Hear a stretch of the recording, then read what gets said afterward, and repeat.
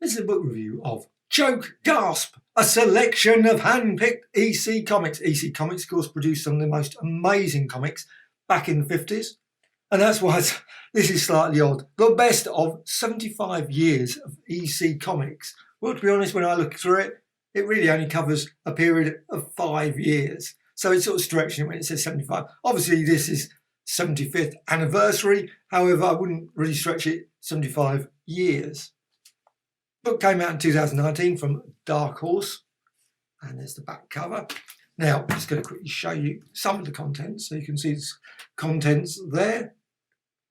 And I'm just going to go to the next page. Some more contents. So you can see the contents there. So there's a lot of material. There's 520 odd pages. And I think it's just superb. So you've got tons of brilliant artwork all the way through. Airburst, science fiction stories, horror stories, war stories, Thunderjet. More science fiction stories, obviously a lot of horror all the way through. It's just an absolute superb book. How's it split? Well, it's split up. Hopefully the book itself won't split. Looks very nice binding as well. I'll just quickly show the binding there so you can just see that. Obviously a variety of different people have been involved in the project, as well as, of course, the artists and writers, etc. So Johnny Craig, you get it split by artist. You've got Reed Crandall, only has a little bit Reed Crandall.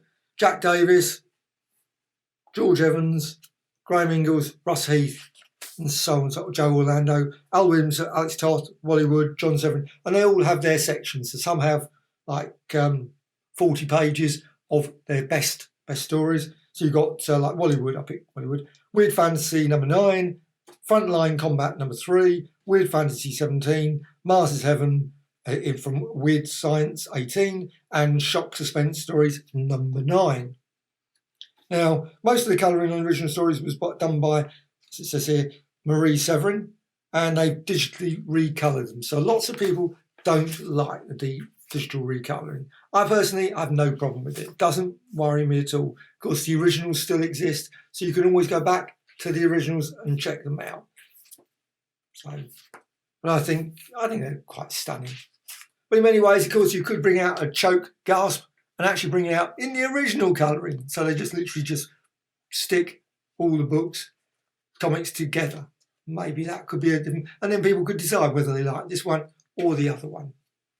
But I think the artwork, of course, is superb. EC Comics stories have always got the weird twists at the ends, the usual sort of thing. I mean, I love EC Comics. I think they're just absolutely amazing.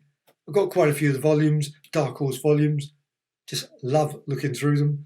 Also got the Fantagraphics series as well, and also the box, big, huge Russ Cochrane sets, which are just absolutely amazing. But this, I'm just going to quickly show you. Oh, I'll lift over. I've got another Omnibus edition. Now, this Omnibus edition, obviously, is a Marvel Omnibus edition. Would help if I put it, the bigger one behind.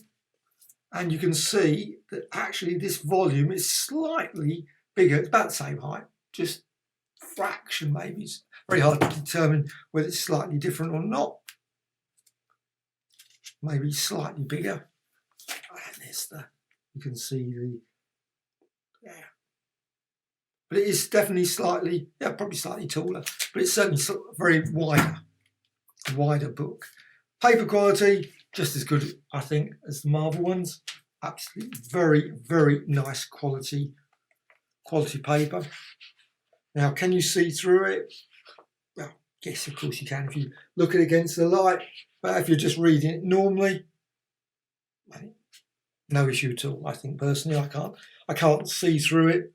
If I'm looking like that, obviously, if I put it up to the light again, you of course can see through it.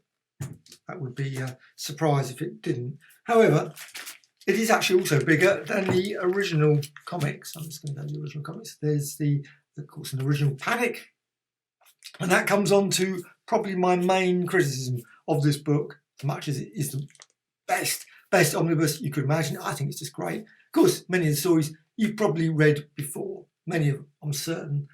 So, but it is nice to have them all in one place in a very easy volume you can pick up and just dip into. I just think it's just a great little collection. But of course, if you've got all of the Dark Horse volumes, I'm not certain that you might really want this, because of course you've got Vault of Horror, you've got etc, etc.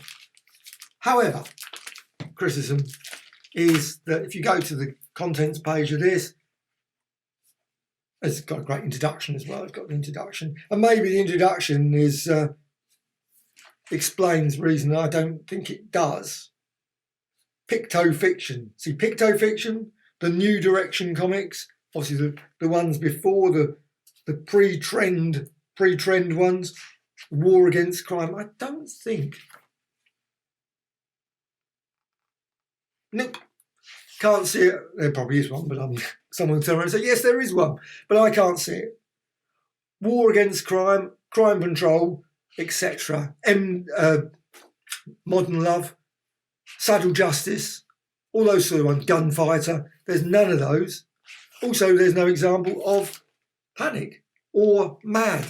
No Mads at all. So I find it slightly odd it says best of 75 when there's no inclusion of Mad. Also, there's no MD's Psychoanalysis, etc. And I think there's some great stories in those. So I think it's slightly... And also, I guess, does have Impact. So it has got one. Impact being one of the, obviously, later ones. But that's really it. And up front, probably... does it have any of the... Hasn't got Piracy? No. However, that's a minor criticism because I think this is an absolute superb book. Totally brilliant.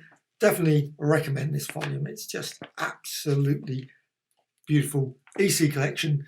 Choke Gasp, a selection of hand-picked EC comic stories.